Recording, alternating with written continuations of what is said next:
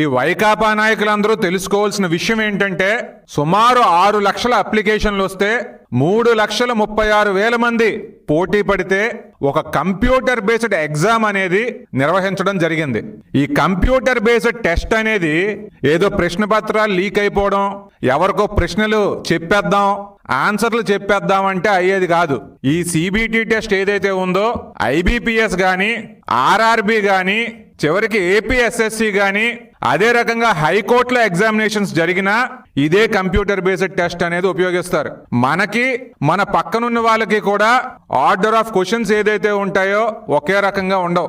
ఆ రకమైన పారదర్శకత ఆ ఎగ్జామ్ లో ఉంటే మీరు దాని మీద అనుమానాలు వ్యక్తం చేస్తారా?